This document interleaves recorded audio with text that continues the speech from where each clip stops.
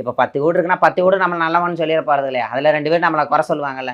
அது குறை சொல்கிறதுக்கு இருந்தால் தானே நம்ம உயர்ந்து போக முடியும். நீங்கள் குறை சொல்ல அவரை தூத்தத்தான் அவர் உயர்ந்து போய்கிறார்.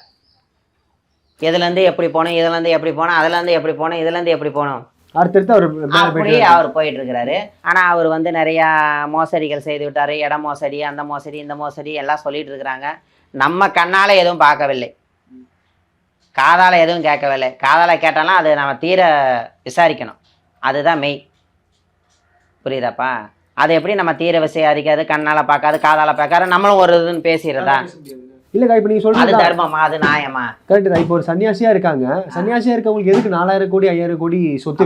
சன்னியாசியாக இருக்கிறவங்களுக்கு 4000 கோடி 5000 கோடி இருக்கிறது தவறு தான். புரிகிறதா? ஏன்னா அவரை வாழ விட மாட்டேங்கிறீங்க, மக்களுக்கு செய்ய விட மாட்டேங்கிறீங்களே.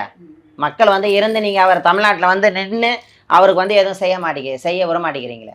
புரியுதா? அவர் இருந்தால் நல்லபடியாக செய்வார். நான் அவரை பற்றி நான் இன்னும் அவர் வந்து தீர அவரை பற்றி எனக்கு தெரியாது.